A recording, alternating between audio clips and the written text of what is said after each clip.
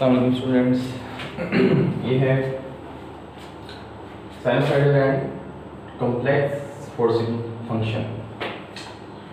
इसका क्या मतलब है? इससे पहले हम ऐसे सर्किट्स करते हैं जिसमें आ रहा है आरसी सर्किट्स 7 चैप्टर में, और हमें पता है कि फर्स्ट ऑर्डर डिफरेंशियल इक्वेशन बनती थी उनकी। लेट्स से ये एक सर्किट है जिसमें आईटी करंट फ्लो कर रहा है, तो इसकी इक्वेशन क्या बनेगी? Voltage drop of inductor is inductance into derivative of current passing through it plus R I T is equal to, now V T is V M cos of omega. अब इससे पहले क्या होता था कि जो हमारे फोर्सिंग फंक्शन थे वो कांस्टेंट थे, ठीक है, कैपिटल ए हम लिखते थे और फिर हम उसको एक तरह से सॉल्व कर लेते थे। अब हमारा जो फोर्सिंग फंक्शन है वो बदल गया है। अब इस केस में वो क्या है? साइनसॉइडल। तो अगर राइट हैंड साइड पे बजाय कांस्टेंट के कोई फंक्शन आ जाए और स्पेशली साइनसॉइडल फंक्शन आ जाए तो उसको डिफरेंशियल इक्वेशन मेथड से कैसे सॉल्व करना है। तो ये एक बड़ा जैसे कहते हैं लेंथी सॉल्यूशन हो जाएगा। अब अगर आप देखें कि वोल्टेज अगर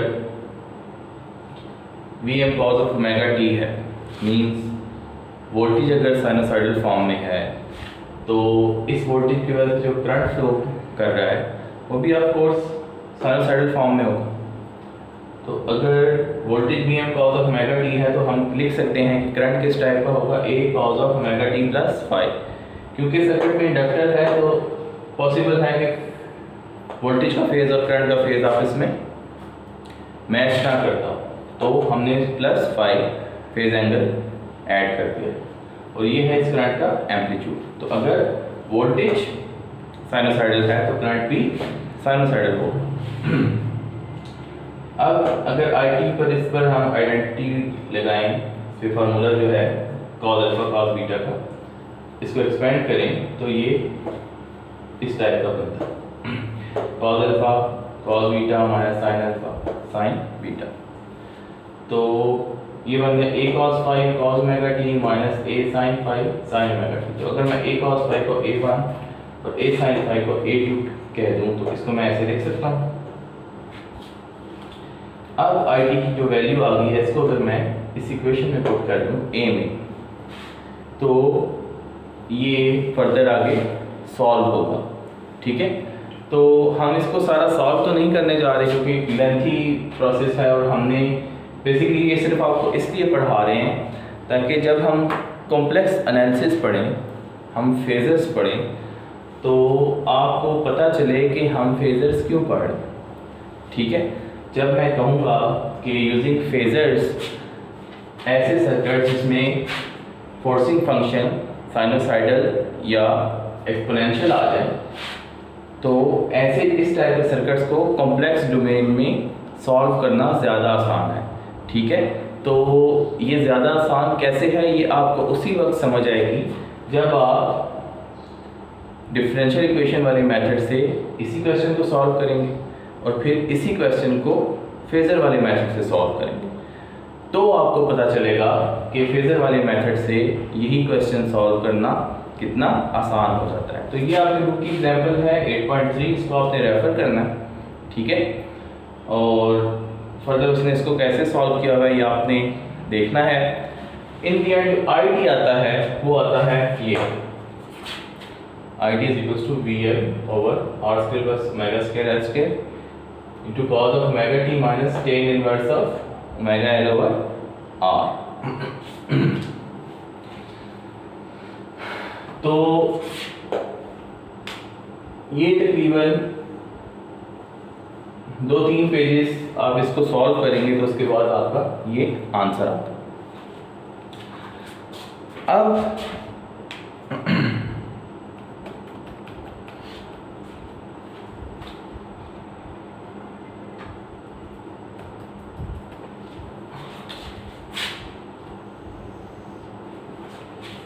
इसको और बेहतर तरीके से नहीं और आसानी से कैसे सॉल्व किया जा सकता है, तो उसके लिए आपको थोड़ा सा नॉलेज होना चाहिए बेसिकली आइलर इक्वेशन।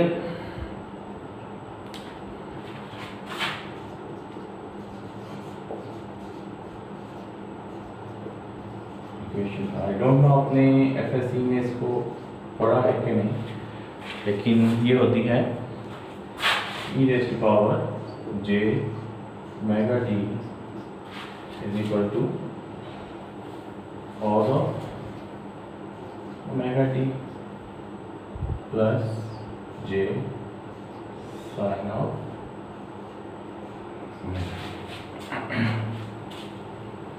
इसको हम कहते हैं आइलर्स इक्वेशन। ठीक है, तो आइलर्स इक्वेशन यूज करते हुए आप साइनसॉइडल फंक्शन को कॉम्प्लेक्स फोर्सिंग फंक्शन की फॉर्म में लिख सकते हैं। ठीक है, कॉम्प्लेक्स एक्सपोनेंशियल फोर्सिंग फंक्शन की फॉर्म में। तो अब जैसा कि आप नज़र आ रहा है ये एक कॉम्प्लेक्स नंबर बन रहा है। क्यों? क्योंकि इसमें टर्म जे आ है। ठीक है, क्या फॉर्म होती है? नॉर्मली आपने कॉम्प्लेक्स नंबर पढ़े होंगे, z is equals to a plus b iota bi। ये फॉर्म आपने पढ़ी हुई है। ठीक है, एक रियल पार्ट होता है, एक इमेजिनरी पार्ट होता है। तो ये देखें, ये रियल पार्ट बन रहा है और ये इमेजिनरी पार्ट बन रहा है। ठीक है, तो हम ये लिख सकते हैं कि real of e raised to power j omega t is actually cos omega t and imaginary of e raised to power j omega t is sin omega t। ठीक है, ये इसका रियल कोफिशिएंट है और ये इसका इमेजिनरी कोफिशिएंट है, क्योंकि ये कॉम्प्लेक्स नंबर है। और हमें पता है कि जे किसके इक्वल होता है? √-1। आयोटा या जे हम इलेक्ट्रिकल इंजीनियरिंग में जे यूज करते हैं, ये वही आयोटा ही है बेसिकली। अच्छा, now suppose that we select as our forcing function in figure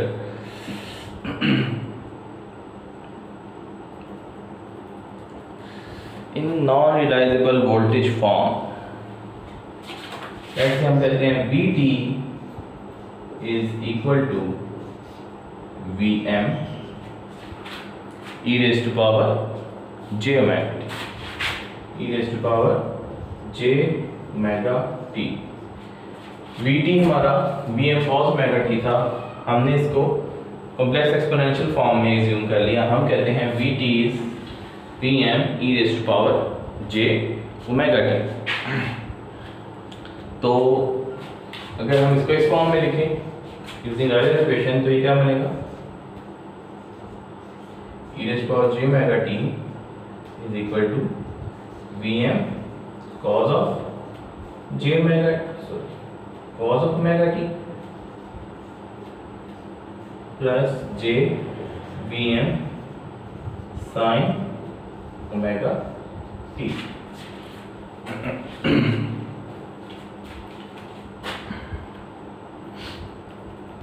तो ये हो गया वोल्टेज, और इस वोल्टेज की वजह से जो करंट फ्लो कर रहा है। ठीक है, इस वाले पार्ट को मैं इरेज कर देता हूँ। आपने एग्जांपल 8.3 रेफर करनी है और ये देखना है कि कैसे सर्किट सॉल्व करके IT ये आया।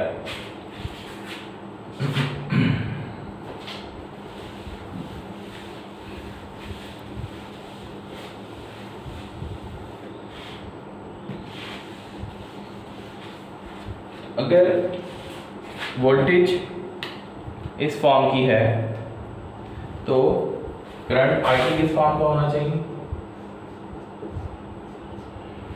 IT का भी कोई मैग्नीट्यूड होगा, उसको हम कह देते हैं Im cos। अब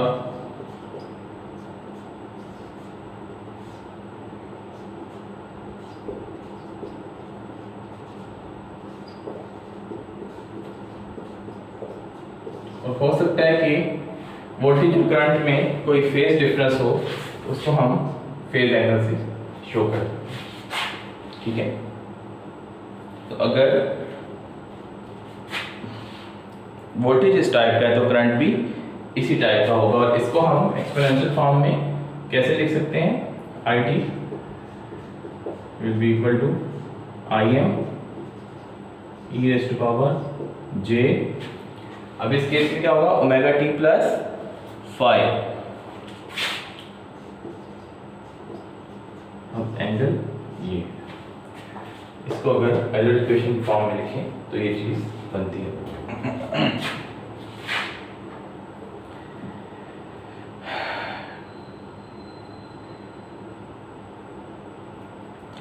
तो हम ये ज्यूम करते हैं अब कि हमारा जो वोल्टेज है इसी सर्किट में वो कॉम्प्लेक्स एक्सपोनेंशियल की फॉर्म में है, और इसकी वजह से जो करंट फ्लो हो रहा है वो करंट है IM e raise to power j omega t plus phi. तो जो हमारी बेसिक इक्वेशन बनी थी वो क्या थी? Inductance into derivative of voltage current passing through it IT plus R into IT is equal to, अब ये क्या है?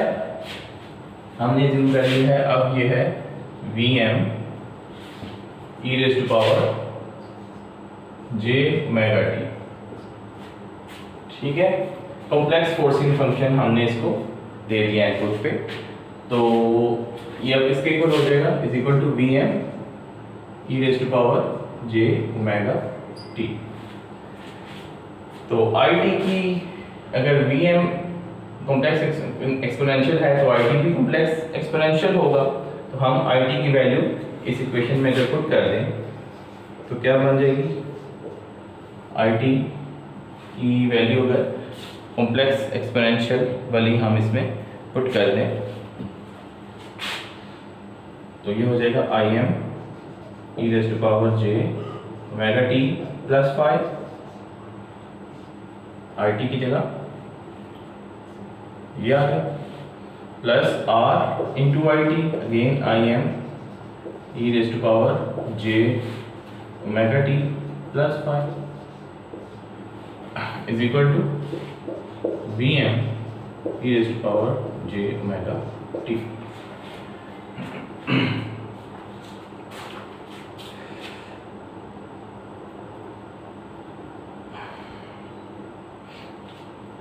अब अगर कॉमन फैक्टर जो है इसमें e raise to power j omega t, इस पूरी इक्वेशन को उससे डिवाइड कर दिया जाए तो ये क्या फॉर्म रह जाएगी? इसको हम किस फॉर्म में लिख सकते हैं? e raise to power j omega t plus phi को हम यूँ भी लिख सकते हैं e raise to power j omega t into e raise to power j phi, ठीक है। तो अगर हम e raise to power j omega t से पूरी इक्वेशन को डिवाइड कर दें, पूरी इक्वेशन को e raise to power j omega t से डिवाइड कर दें तो क्या बन जाएगा? IM e raise to power j phi सिर्फ बच जाएगा, j ओमेगा t से j ओमेगा t डिवाइड हो गया, plus R IM e raise to power j phi is equal to Vm। जो कॉमन फैक्टर था इसका e raise to power j omega t, उससे पूरी इक्वेशन को डिवाइड कर दिया तो ये चीज बन गई।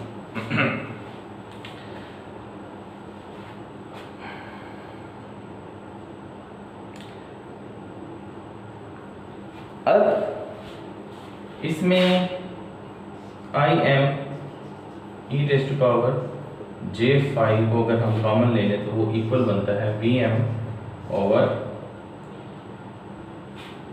इसका पहले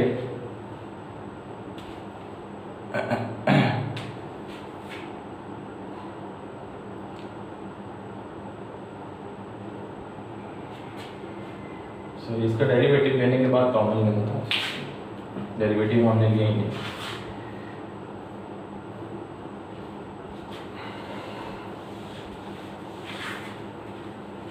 पहले डेरिवेटिव ले लें इसका। क्या बनेगा, L into derivative of this will be IM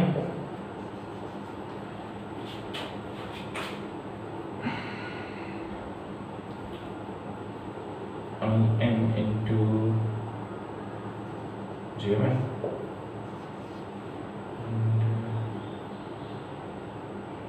e raised to power j omega t plus 5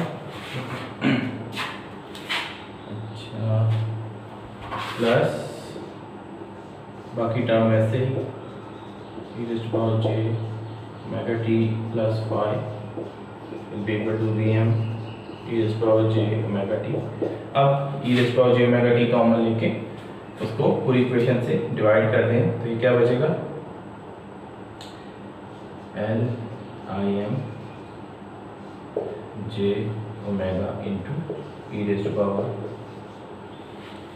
j5 plus Rim e raised to power j5 is equal to Vm।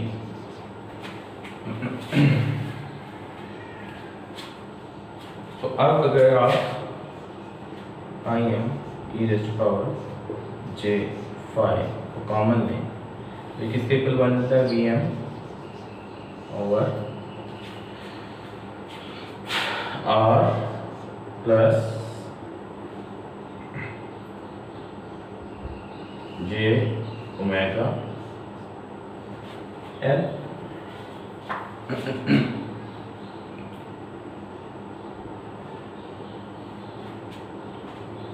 Im e raised to power j5 is equals to Vm over R plus j omega L। अब इसमें हमें एक चीज़ magnitude चाहिए और angle चाहिए, ठीक है, क्योंकि ये कॉम्प्लेक्स फॉर्म है, ठीक है। तो इसका एक मैग्नीट्यूड होगा और एक एंगल होगा।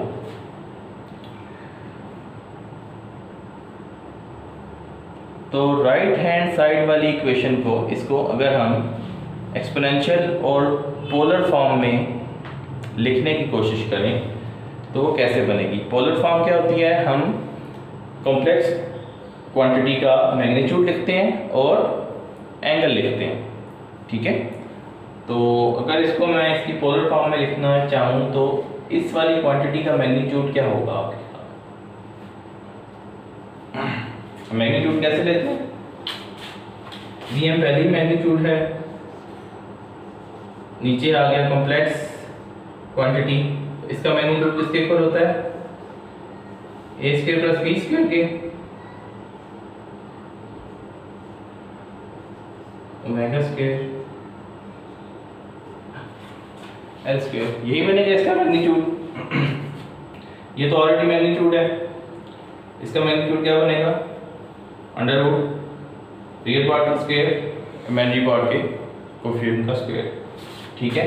और एंगल कहाँ से आता है हमारे पास, अगर हम लिखते हैं e की पावर में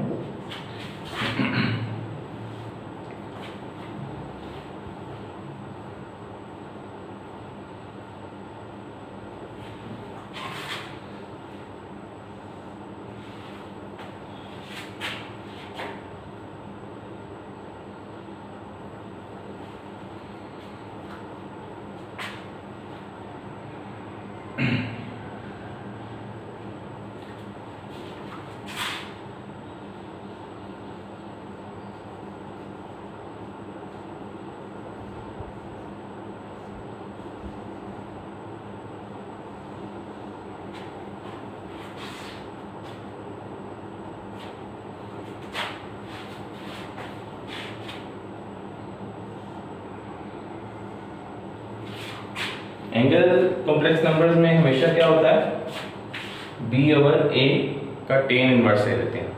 ten inverse of b over a will be b is omega और a क्या है, r।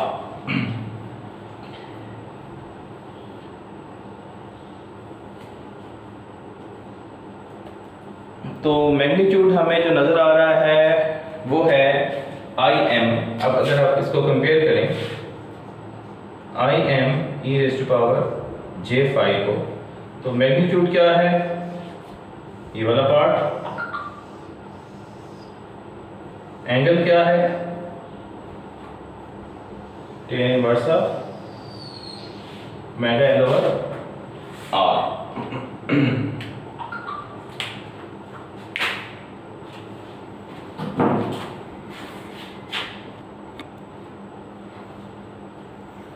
अच्छा, ये माइनस साइन क्यों है, minus tan inverse of omega over R क्यों है, क्योंकि डिनोमिनेटर में थी क्वांटिटी, तो मैग्नीट्यूड लिया तो एंगल भी डिनोमिनेटर में लिखना था, 1 over e raise to power j theta is equal to e raise to power minus j theta. जब ये डिनोमिनेटर से न्यूमरेटर में जाता है तो इसका साइन चेंज हो जाता है। तो ये डिनोमिनेटर में था tan inverse of omega L over R, तो जब हमने इसको ऊपर न्यूमरेटर में लेंगे तो इसके साथ माइनस का साइन आ जाएगा। तो ये है form after complex forcing function. हमने आई टी फाइंड किया है। आई टी हमने कहा था किस टाइप का है, आई टी था हमारा I M cos omega T plus phi के टाइप,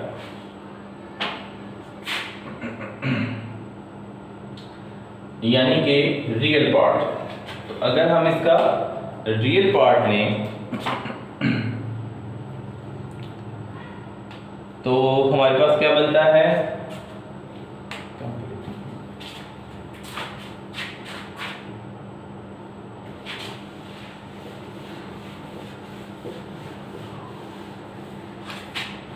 ये हमारे पास कॉम्प्लेक्स फोर्सिंग फंक्शन है। तो इसका रियल पार्ट जो कि बनेगा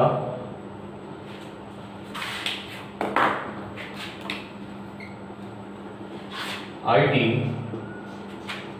is equal to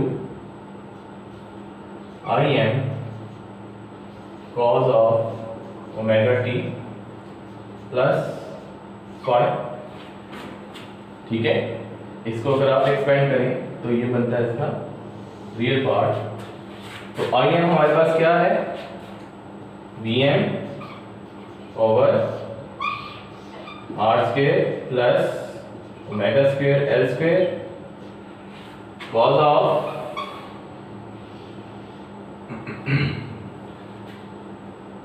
omega T plus phi is tan inverse of which is actually minus tan inverse of omega L over R। तो ये देखें इसी फॉर्म में दोनों मैच करते हैं। एक आपके पास ये आंसर आया था जब आपने यूजिंग डिफरेंशियल इक्वेशन इसको सॉल्व किया, वो आपको मैंने बताया, आपने एग्जांपल को रेफर करना है। दूसरा हमने यूजिंग कॉम्प्लेक्स फोर्सिंग फंक्शन इसको सॉल्व किया। तो ये जब आप देखेंगे एग्जाम्पल 8.3 में तो आपको नज़र आएगा कि जब हमने कॉम्प्लेक्स फोर्सिंग फंक्शन यूज़ किया है तो ये उससे ज़्यादा आसानी से सॉल्व हुआ, ये उससे ज़्यादा आसानी से सॉल्व हुआ। तो वो आपको उसी सूरत में पता चलेगा जब आप उस डिफरेंशियल इक्वेशन वाले को खुद से सॉल्व करने की कोशिश करेंगे, तो फिर आपको आइडिया होगा कि एक्चुअली अगर फर्स्ट ऑर्डर डिफरेंशियल इक्वेशन में भी फोर्सिंग फंक्शन कांस्टेंट की बजाय साइनसॉइडल आ जाएं तो वही डिफरेंशियल इक्वेशन सॉल्व करना कितना लेंथी हो जाता है। तो इस एक्स्ट्रा कैलकुलेशन को अवॉइड करने के लिए मैथमेटिशियंस ने डिफरेंट मेथड्स बनाए, जिसमें से एक तो ये था कि आप कॉम्प्लेक्स फोर्सिंग फंक्शन में कन्वर्ट कर दें और उसको सॉल्व करें, और एक और मेथड है कि हम इसको सीधा फेजर्स की फॉर्म में लिख लेते हैं। ठीक है, फेजर की फॉर्म में लिखने से ये और ज़्यादा आसान हो जाता है। ठीक है, तो तीनों में डिफरेंस आपको कैसे पता चलेगा, जब आप तीनों खुद से सॉल्व करेंगे। ठीक है, आपको फिर पता चलेगा कि जब मैंने डिफरेंशियल इक्वेशन से सॉल्व किया तो मुझे कितना टाइम लगा, फिर मैंने कॉम्प्लेक्स फोर्सिंग फंक्शन दे दिया इनपुट पे, क्योंकि कॉम्प्लेक्स फोर्सिंग फंक्शन का एक पार्ट रियल पार्ट आपके एक्चुअल सोल्यूशन के इक्वल है, ठीक है, ये तो इमेजिनरी पार्ट है। फिर जब आप फेजर्स लेंगे तो फिर कितनी देर लगी आपको सॉल्व करने में, ठीक है, तो ये उसी सूरत में हो सकता है जब आप इसको खुद से सॉल्व करेंगे। तो फेजर से कैसे सॉल्व करना है उसको अभी हम देखते हैं।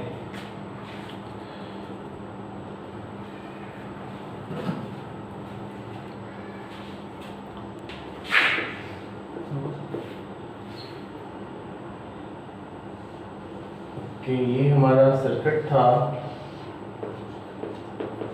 आईटी वाला, जिसको हमने डिफरेंशियल इक्वेशन और फिर कॉम्प्लेक्स फोर्सिंग फंक्शन से सॉल्व किया था। तो अगर इसी क्वेश्चन में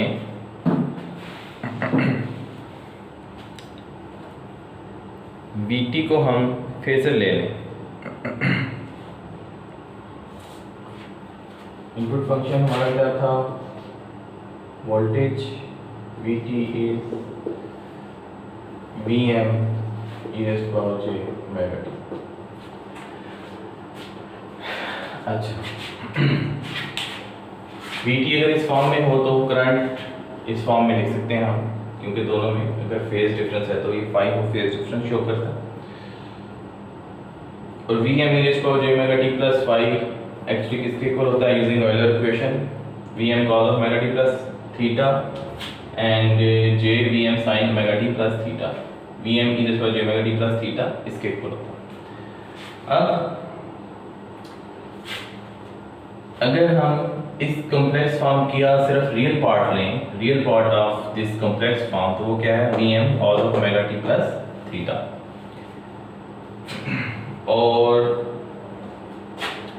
अगर इसको मैं इसी फॉर्म को थोड़ा सा सॉल्व करूं तो इसको मैं इस फॉर्म में लिख सकता हूँ Vm e⁻j theta into e⁻ j omega t। तो ये वाला पार्ट जो है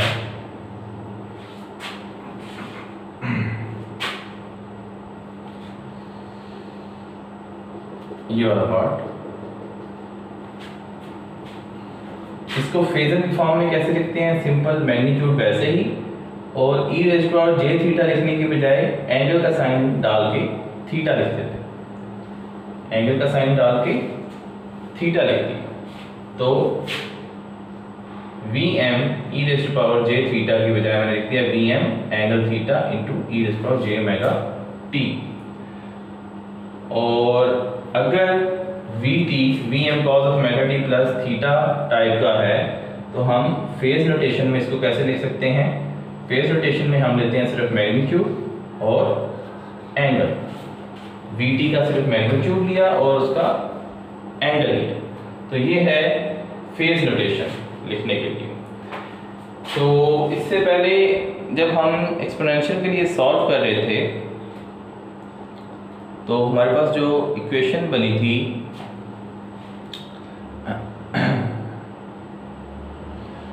अगर हम उसको देख लें, दोबारा से मैं लिख देता हूँ। हमारे पास जो इक्वेशन बनी थी ये, इससे पिछली वाली एग्जांपल में हमारे पास जो इक्वेशन बनी थी उसको मैं दोबारा से लिख रहा हूँ। वो इक्वेशन थी डेरिवेटिव लेने के बाद जो थी Rm e⁻ j omega t plus phi plus j omega l Im e⁻ j omega t plus phi is equals to Vm e⁻ j omega t। ये इक्वेशन बनी थी। तो ऑफ कोर्स इससे भी यही इक्वेशन बनेगी, लेकिन अब हमने क्या करना है कि एक्सपोनेंशियल फॉर्म को फेजर फॉर्म में लिख लेना। तो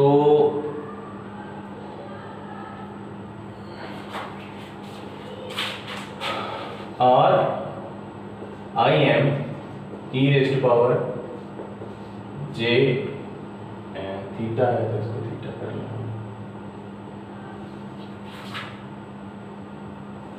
theta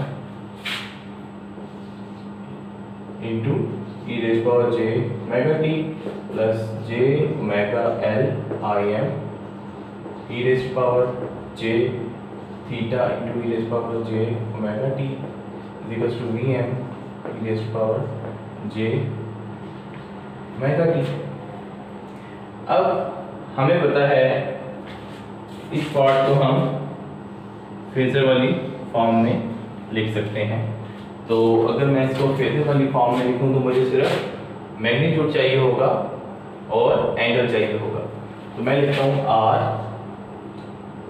I M angle theta e raise to power j omega T plus j omega L I M magnitude angle theta e raise to power j omega t is equals to V M angle, इसको V M e raise to power j omega T है।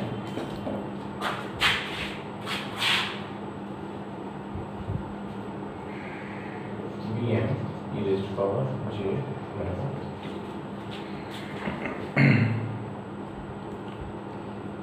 अब अगर ये phasor है, ये phasor है, phasor को आप बोल्ड करके भी लिख सकते हैं। अगर मैं ये बोल्ड आई लिखूं इसकी जगह तो ये भी ठीक है, लेकिन लिखना बोल्ड है। बोल्ड आई का मतलब क्या होगा कि मैं फेजर लिख रहा हूँ, यानी कि इसका एक मैग्नीट्यूड है और एक एंगल है। जब भी ये बोल्ड फॉर्म लिखी हुई हो, इसकी जगह मैं बोल्ड आई अकेला भी लिख सकता हूँ जो कि फेजर को रिप्रेजेंट होगा। इसकी जगह भी बोल्ड आई अकेला लिख सकता हूँ जो कि फेजर को रिप्रेजेंट करेगा। तो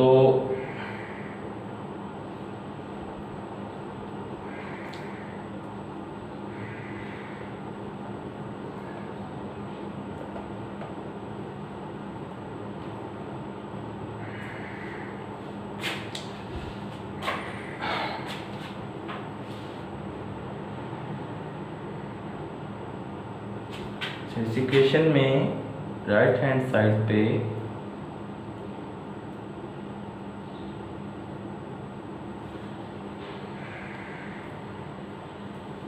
we M cos of omega T था,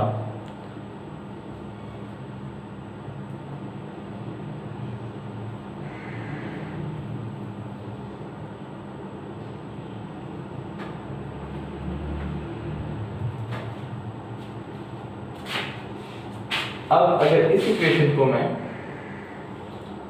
फेजर को सब्स्टिट्यूट कर दूं, इस फॉर्म की जगह बोल्ड आई लिख दूं, इस फॉर्म की जगह बोल्ड आई लिख दूं, तो ये और ई जो raise to power j omega T से डिवाइड कर दूं तो इक्वेशन क्या बन जाती है R I plus j omega L I phasor is equal to V M. तो आई फेजर किसके इक्वल हो गया V M over R plus j omega L.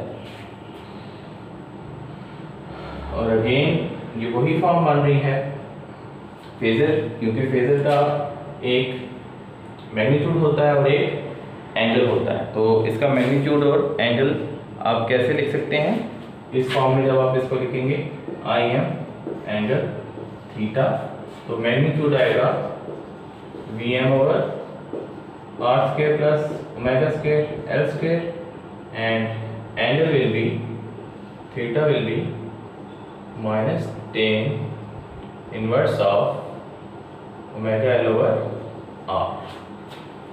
तो ये है इसकी फेजर फॉर्म, और फेजर फॉर्म को हम दोबारा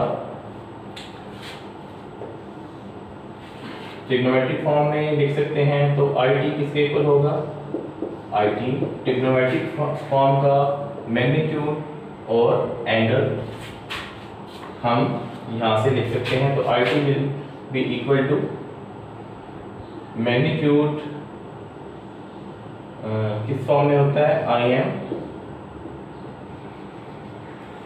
cause of omega T plus phi, तो I M will be V M over R square plus omega square L square cos of omega T minus tan inverse of omega L over R. तो phasor को use करते हुए अगर हम question को solve करें तो कैलकुलेशंस और ज़्यादा आसान हो जाती हैं, ठीक है। बजाय इसके कि ट्रिग्नोमेट्रिक वाली फॉर्म, डिफरेंशियल इक्वेशन वाली फॉर्म से इसको सॉल्व किया जाए, बजाय इसके इसको कॉम्प्लेक्स एक्सपोनेंशियल वाली फॉर्म से सॉल्व किया जाए, अगर हम फेजर यूज़ करते हैं तो ये सबसे ज़्यादा जल्दी और कम स्टेप्स में सॉल्व। फॉर एग्जांपल अगर डिफरेंशियल इक्वेशन से ये 2 पेजेस पे सॉल्व होता है तो फेजर्स वाला मेथड यूज़ करने से ये सिर्फ हाफ पेज पे सॉल्व हो जाएगा और वही सेम आंसर आ जाएगा जो आपका डिफरेंशियल इक्वेशन को 2 पेजेस पे सॉल्व करने के बाद आता है। इसलिए हम जब भी साइनसॉइडल सिग्नल इनपुट पर आएंगे तो बजाय इसके कि हम डिफरेंशियल इक्वेशन वाले मेथड यूज़ करें और बड़े बड़े क्वेश्चन करें 3-3, 4-4 पेजेस पे, हम हमेशा उसको कन्वर्ट कर देंगे फेजर फॉर्म। अभी आप जितने भी मेथड्स पढ़ेंगे इसके बाद आगे भी हम इन्हीं सर्किट्स को सॉल्व करने के डिफरेंट मेथड्स पढ़ेंगे। तो बेसिकली डिफरेंस यही होगा कि एक मेथड दूसरे मेथड से ज़्यादा आसान है, एक ही चीज़ को ज़्यादा आसानी से सॉल्व कैसे किया जा सकता है, ठीक है। सर्किट्स वही होंगे, मेथड डिफरेंट होंगे। इससे सॉल्व करें तो ये इतना लेंथी है, इससे सॉल्व करेंगे तो इससे कम टाइम लेगा, इससे सॉल्व करेंगे तो ये बहुत कम टाइम लेगा और बहुत ज़्यादा आसान है। हम अब जितने मेथड्स पढ़ेंगे वो बेसिकली इन सर्किट्स को सॉल्व करने के आसान से आसान जो मेथड हैं उनको हम देखेंगे। उनमें से एक है इसी स्टेडी स्टेट सर्किट को सॉल्व करने का मेथड है फेजर से सॉल्व करना।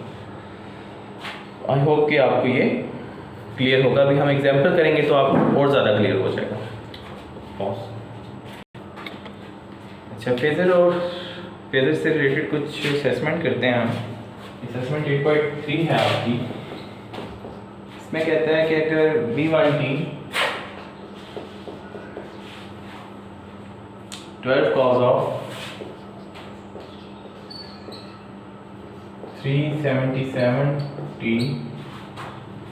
minus 425 डिग्री हो और V2t 18 sin of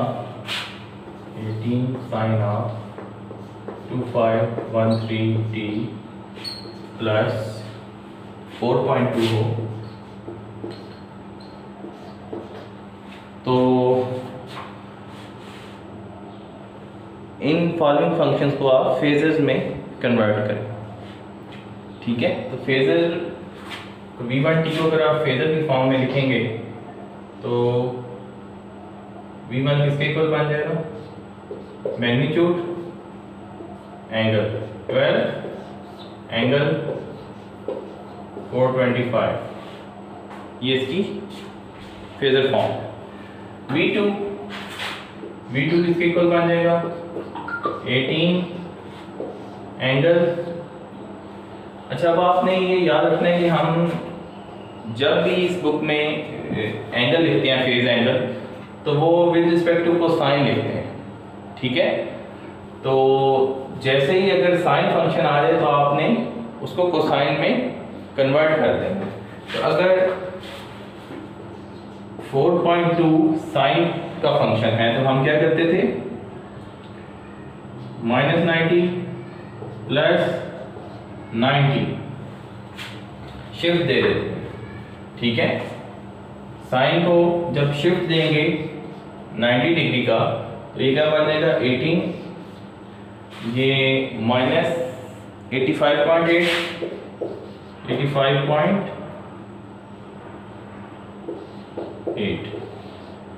अब ये कॉस में कन्वर्ट हो गया। ठीक है, इसको देखें, हमने इस फंक्शन को यूज़ किया है sin 2513t में, क्योंकि ये साइन था इसको हम कॉस में कन्वर्ट करना चाह रहे थे, तो हमने +90 और -90 कर दिया। तो ये बन गया +90 का शिफ्ट अप्लाई करने के बाद ये बन गया cos ऑफ 2513t -85.8। +90 के शिफ्ट से ये cos ऑफ 2513 -85.8 बन गया।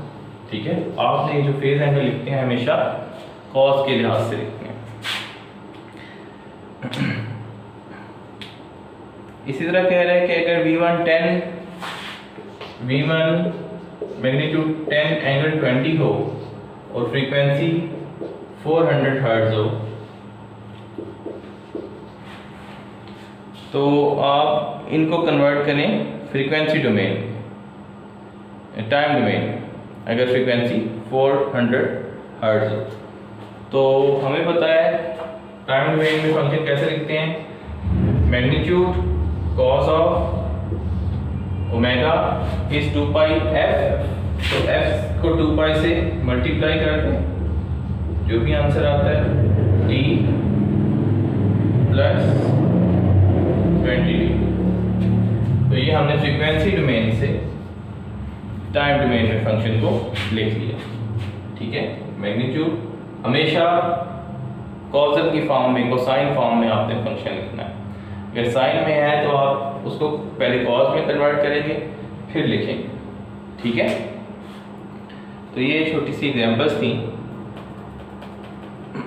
इसके बाद एक इम्पॉर्टेंट टॉपिक है हमारा phasor relationships for circuit elements. Phasor relationship for circuit elements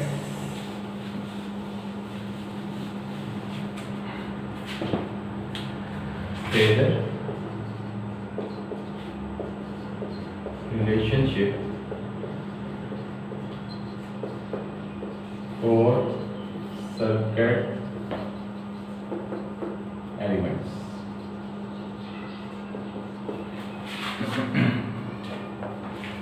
circuit elements हमारे नॉर्मली कौन से हैं, आर एल सी। तो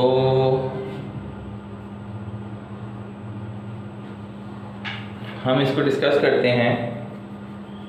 आर के लिए फेजर रिलेशनशिप्स क्या होंगे, इंडक्टेंस के लिए क्या होंगे और कैपेसिटर के लिए क्या होंगे। तो अगर कोई भी सर्किट है जिसमें एक रेजिस्टेंस लगा हो, उसमें से करंट IT पास कर रहा है और वोल्टेज ड्रॉप है VT = R × IT के क्रॉस, तो इनका फेजर रिलेशनशिप क्या होगा। ऑफ कोर्स इनमें से sinusoidal AC steady state analysis है, तो अगर साइनोसॉइडल फॉर्म में करंट और वोल्टेज एग्जिस्ट कर रहे हैं तो इनका रिलेशन क्या होगा।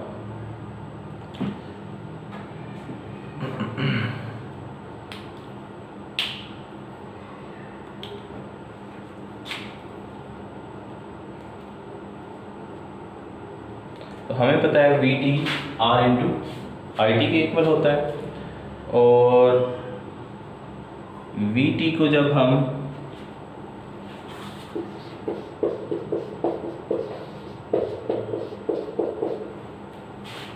फेजर की फॉर्म में लिखते हैं वो बनता है VM e⁻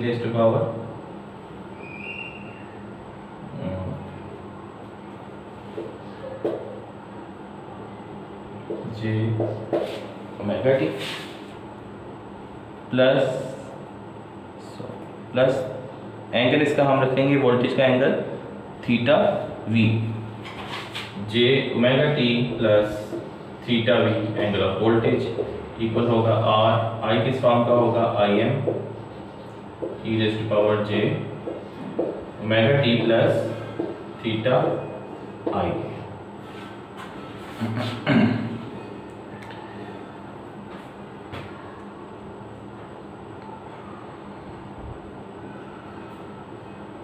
तो अगर e raise power j omega t से दोनों साइड पे हम डिवाइड करते हैं तो क्या रह जाता है Vm e raise power j theta v is equal to r Im e raise power j theta i।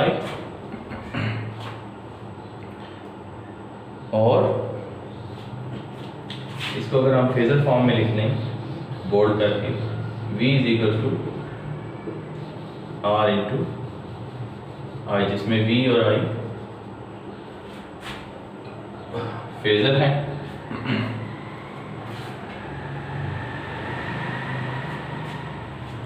और Vm J थीटा V को हम लिखेंगे Vm फेजर फॉर्म में theta V is equal to R Im theta I। ठीक है।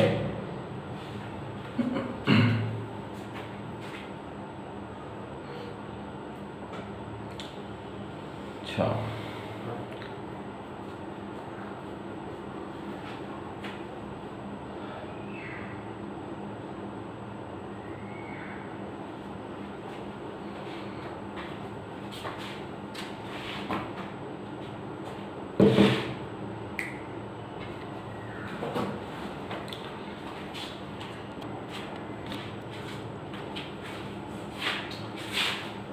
Resistor में जो voltage और करंट का रिलेशन होता है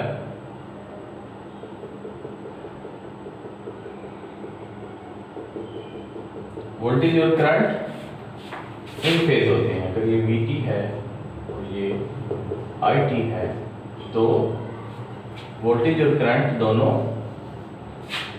इन फेज होते हैं। इन फेज का क्या मतलब है? जब वोल्टेज मैक्सिमम होगी करंट की वैल्यू भी मैक्सिमम होगी, जब वोल्टेज मिनिमम होगी करंट की वैल्यू भी उसी टाइम इंस्टेंट पे मिनिमम होगी, जब वोल्टेज जीरो होगी उसी टाइम इंस्टेंट पे करंट जीरो होगा, जब वोल्टेज मैक्सिमम होगी उसी टाइम इंस्टेंट पे करंट मैक्सिमम होगा। तो इसे हम कहते हैं इन फेज। ये आप कहाँ से देख सकते हैं? ये रिलेशन में देखें, करंट और वोल्टेज के ग्राफ हैं। अगर आप इक्वेट करेंगे तो theta V is equal to theta I बन रहा है। तो वोल्टेज और करंट का एंगल सेम होता है। अगर आप उसको फेजर में प्लॉट करना चाहें इमेजिनरी और रियल में, तो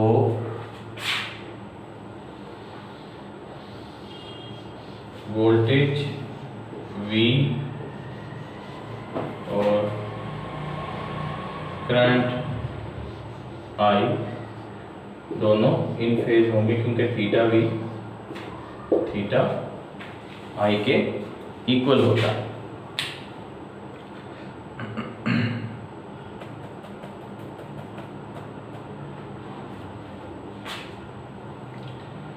तो ये है इनका रिलेशन वोल्टेज और करंट का इन रेजिस्टर। इसकी अगर आप एक एग्जांपल देखें,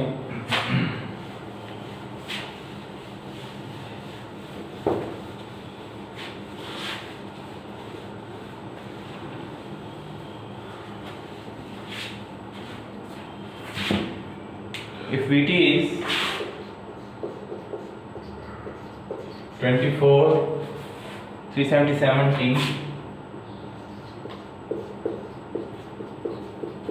plus 75 डिग्री,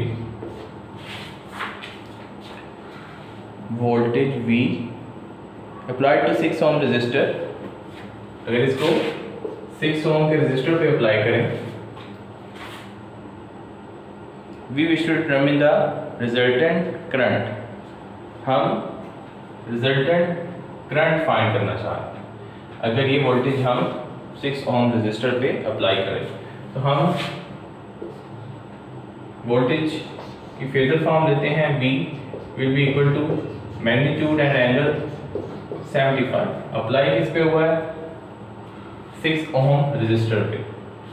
ठीक है, तो क्या कहता है? We wish to determine the resultant current. तो हमें पता है करंट किसके इक्वल होता है? I is equals to V phasor over R. V phasor is 24 angle 75 divided by R is 6.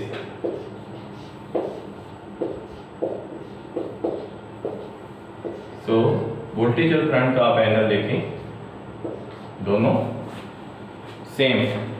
ठीक है, तो हम लिख सकते हैं IT is equal to 4 cos of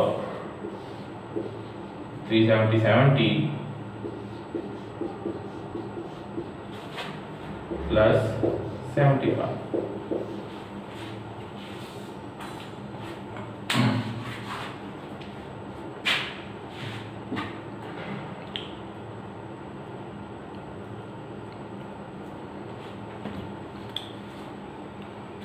इसी तरह रिलेशनशिप में अगर हम देखें इंडक्टर के केस में, अगर सर्किट में इंडक्टर लगा हुआ है, कोई भी नेटवर्क है, करंट IT पास हो रहा है इसमें से, इंडक्टेंस M है और इसके क्रॉस वोल्टेज ड्रॉप है VT, हमें पता है किसके इक्वल होता है? N into derivative of IT।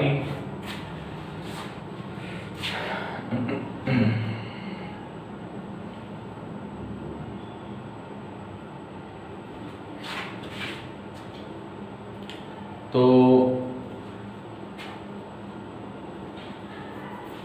हमें पता है वोल्टेज ऑफ इंडक्टर होती है inductance into derivative of current passing through it. तो अगर ये वोल्टेज कॉम्प्लेक्स वोल्टेज हो, कॉम्प्लेक्स वोल्टेज किस फॉर्म की होती है? Vm e raised to power j omega t plus theta v is equal to L derivative of Im e raised to power j omega t plus theta I।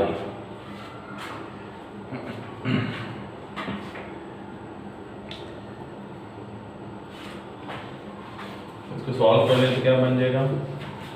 Derivative इसका L j omega Im e raised to power j omega t plus theta I equal to Vm e raised to power j omega t plus theta v।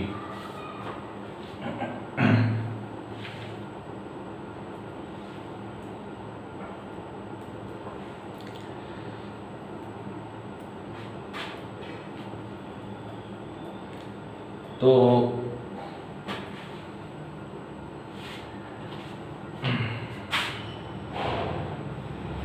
अगर e raise power j omega t से दोनों तरफ divide कर दें तो ये बन जाता है Vm e raise power j theta v is equal to j omega L Im e raise power j theta I।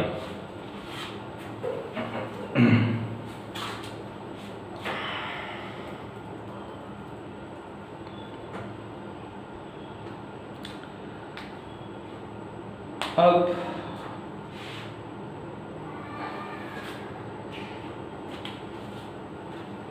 J को एक और फॉर्म में लिखा जा सकता है, या आयोटा को हम यूँ लिख सकते हैं 1 e raise to power J90, या पोलर फॉर्म में 1 एंगल 90 डिग्री इस J। कैसे? e रेज़ पावर J90 को ही अगर आप अलग इक्वेशन लिखें तो क्या होगा? Cos of 90 plus j sine of 90, cos of 90 0 plus sine of 90 1 is equals to j. इसलिए हम j को e raise to power j 90 भी लिख सकते हैं। तो इस रिलेशन में अगर देखें j आ रहा है और अगर मैं j को e raise to power j 90 लिखूं तो ये रिलेशन यूँ भी बन सकता है omega l I M e raise to power j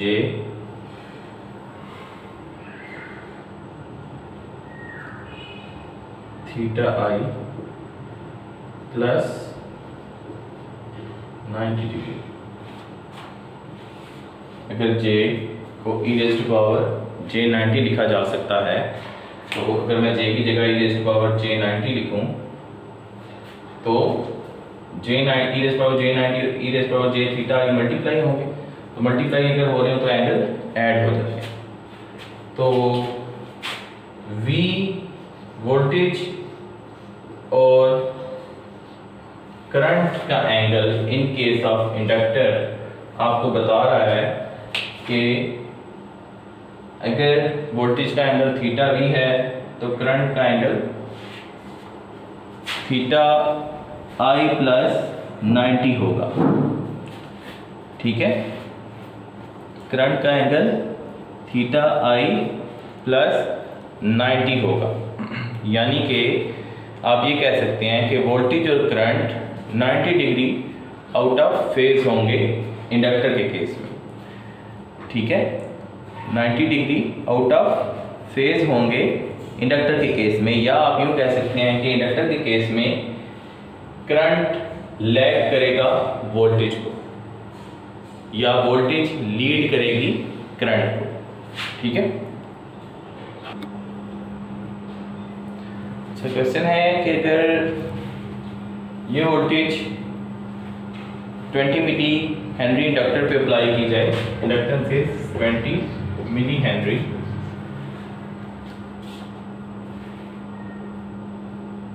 जैसा कि फिगर में दिखाया गया है 8.7 में, तो रिजल्टेंट करंट फाइंड करें।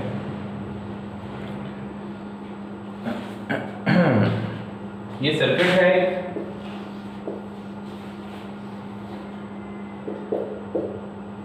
जो वोल्टेज अप्लाई की गई है वो है 12 एंगल 20 डिग्री, फेजर फॉर्म में लिखा। ठीक है, करंट IT पास हो रहा है इसमें से, इंडक्टेंस इसकी है 20 मिली हेनरी। तो कहता है कि करंट फाइंड करें। तो जो वोल्टेज का रिलेशन आया था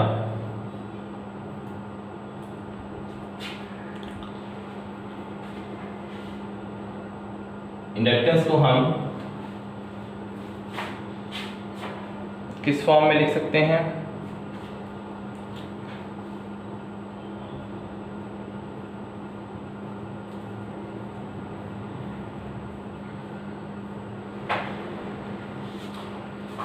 V किसके इक्वल आया था? J ओमेगा L I इसके इक्वल आया, इसमें V और I फेजर थे। तो हमने फाइंड क्या करना है? I किसके इक्वल होगा? V phasor over J omega L।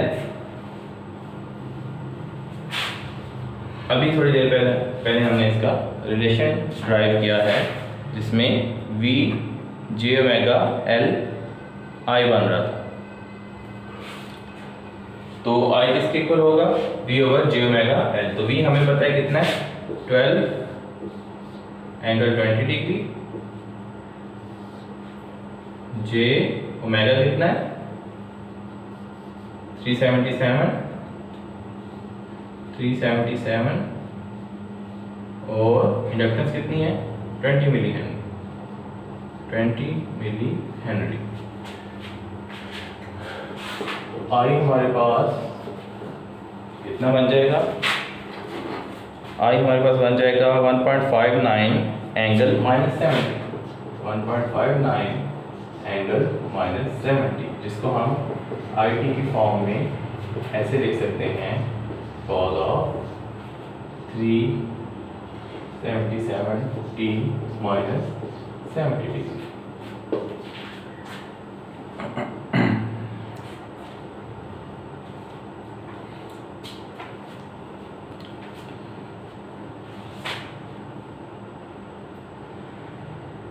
तो J बेसिकली क्या है, 90 डिग्री का शिफ्ट। तो ये ऊपर जाके 20 में से माइनस हुआ, जैसा कि हमने थोड़ी देर पहले पढ़ा था कि वोल्टेज और करंट में 90 डिग्री का फेज डिफरेंस होता है। तो ये वो J है, J J 90 होता है, ऊपर जाके 90 का एंगल सब्ट्रैक्ट हो जाएगा। तो 20 माइनस 90 डिग्री विल बी -70। तो इससे ये प्रूव हुआ कि वोल्टेज और करंट में इंडक्टर के केस में 90 डिग्री का फेज डिफरेंस होता है, करंट 90 डिग्री लैग करता है इंडक्टर के वोल्टेज और करंट का ये क्वेश्चन है।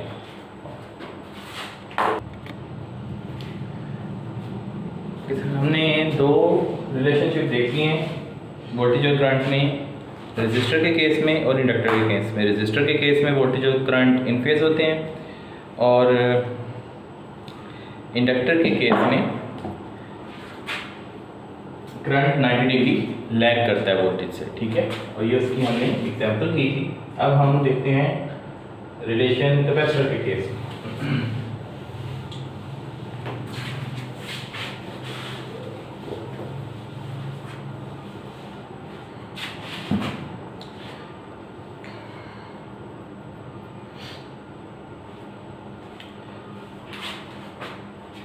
इनकी सर्किट है,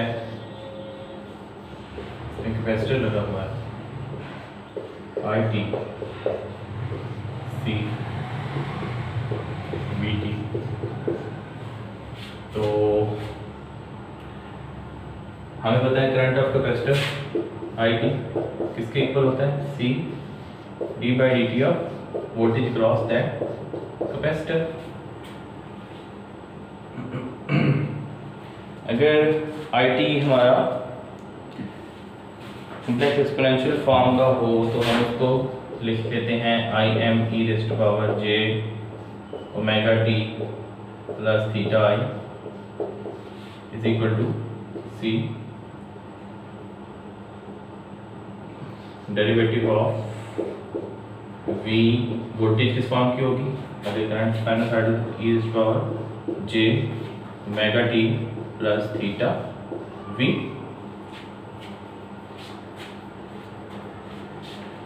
अगर इसका डेरिवेटिव ले लें तो क्या बनेगा, C J omega Vm e⁻ j ω t plus theta V।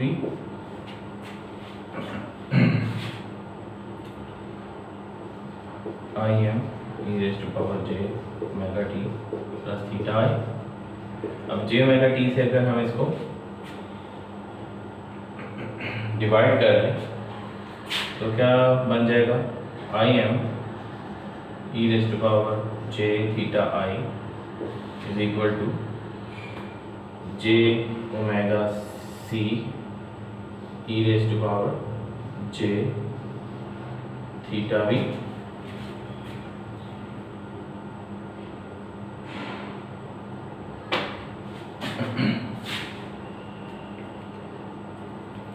और I is equal to phasor I is equal to j omega c phasor V, j omega c phasor V। तो ये वोल्टेज और current का relation आया, जबकि हमें पता है J क्या होता है, shift of angle 90, J shift of angle 90। तो अगर शिफ्ट ऑफ एंगल 90 करें इसमें, तो ये क्या बन जाएगा, magnitude J theta I will be equal to J omega C Vm e raise to power J theta V plus 90 degree. अगर J को हम लिख दें e raise to power J 90, तो ये रिलेशन बन जाता है। तो इसका क्या मतलब हुआ कि कैपेसिटर के केस में वोल्टेज का एंगल करंट के एंगल से again 90 degree out of phase होता है, लेकिन फर्क क्या है कि इंडक्टर में करंट 90 डिग्री लैग कर रहा था, कैपेसिटर के केस में करंट 90 डिग्री वोल्टेज से लीड करेगा, करंट 90 डिग्री वोल्टेज से लीड करेगा। अगर इनके हम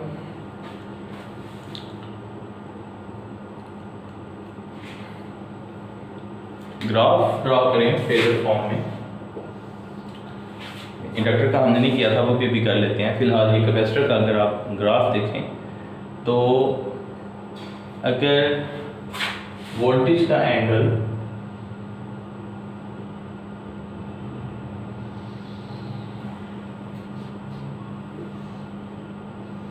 थीटा V है, वोल्टेज का एंगल थीटा V है, तो करंट वोल्टेज से 90 डिग्री लीड करेगा। If this is voltage V, तो करंट 90 डिग्री, इसका 90 डिग्री कैसा होगा, ऐसा, ठीक है, ये एंगल 91 है। तो वोल्टेज से करंट 90 डिग्री लीड करेगा। ये है फेजर्स में प्लॉट करंट और वोल्टेज का। यह अगर साइन सिग्नल है, ये है वोल्टेज, दिस इज VT, तो वोल्टेज से π/2 टाइम्स करंट लीड करेगा। In case of capacitor this is current, voltage से 90 डिग्री लीड कर रहा है, वोल्टेज से पहले आ रहा है। इसी तरह उल्ट होगा इंडक्टर के केस में, ठीक है। इंडक्टर के केस में अगर आपका करंट का एंगल है, वोल्टेज का एंगल है 90 डिग्री, तो करंट 90 डिग्री लैग कर रहा होगा, ठीक है। इंडक्टर के केस में क्या होगा, अगर ये वोल्टेज V है, ठीक है, तो करंट इससे 90 डिग्री लैग कर रहा होगा। इसका 90 डिग्री क्या बनता है,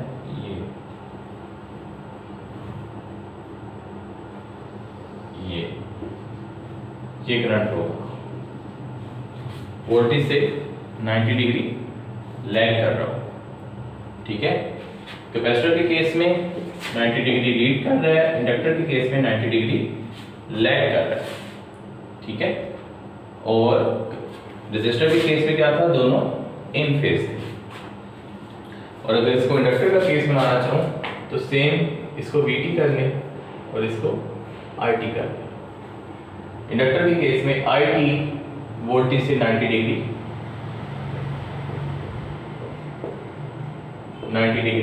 लैग करता है, ठीक है। करंट वोल्टेज से 90 डिग्री लैग करता है।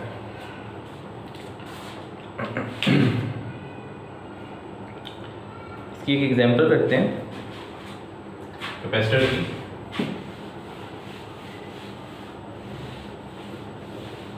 ये याद रखिएगा, is equal to J omega C V।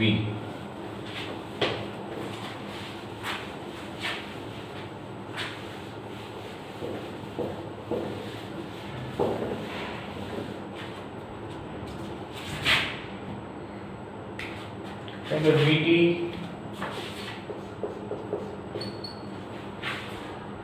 100 cos of 314T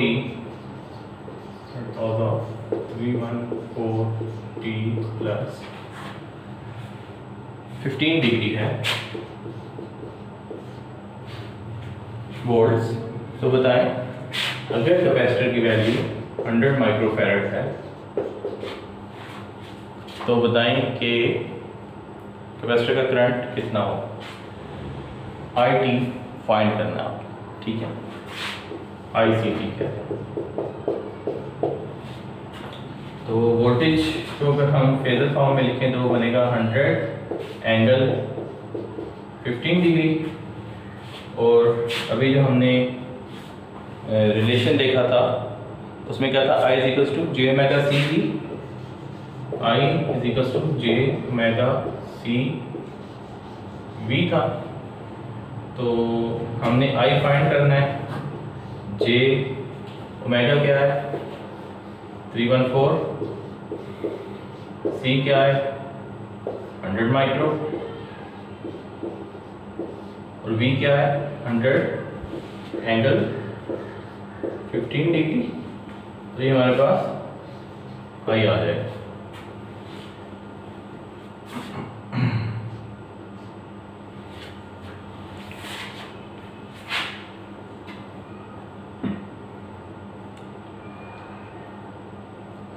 again I क्या होता है, बार बार मैं लिख रहा हूँ, J is 1e⁻j90 और 1 एंगल 90 डिग्री, ठीक है। तो 1 × 100 मैग्नीट्यूड आपस में मल्टीप्लाई होते हैं और एंगल्स ऐड हो जाते हैं। J को मैं ऐसे भी लिख सकता हूँ 1 एंगल 90 डिग्री, मैग्नीट्यूड्स मल्टीप्लाई होते हैं, एंगल्स ऐड हो जाते हैं। इसका जो आंसर बनता है वो है 3.14 और एंगल्स आपस में 15 + 90 ऐड हो जाएंगे, शिफ्ट आएगा इसमें 90 डिग्री का। तो ये कितना बन जाएगा 3.14 एंगल 105 डिग्री इस I। तो वोल्टेज अगर 15 डिग्री पे था तो करंट 105 डिग्री पे आया है। दोनों में डिफरेंस कितना है 90 का, ठीक है। लेट्स से फेजर में अगर आप प्लॉट करें, वोल्टेज है 100 और एंगल है 15 डिग्री, तो करंट क्या है 105 का बनेगा 90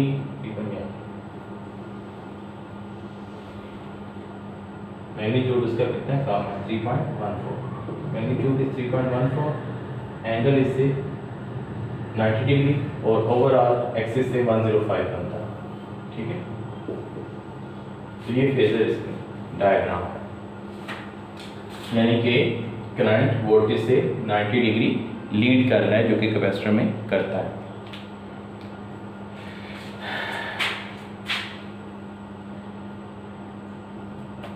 आई होप कि आपको ये क्लियर हो गया होगा। कितना टाइम 1 और 14 मिनट्स स्टॉप। ठीक है, तो ये हमने डिफरेंट रिलेशन पढ़े।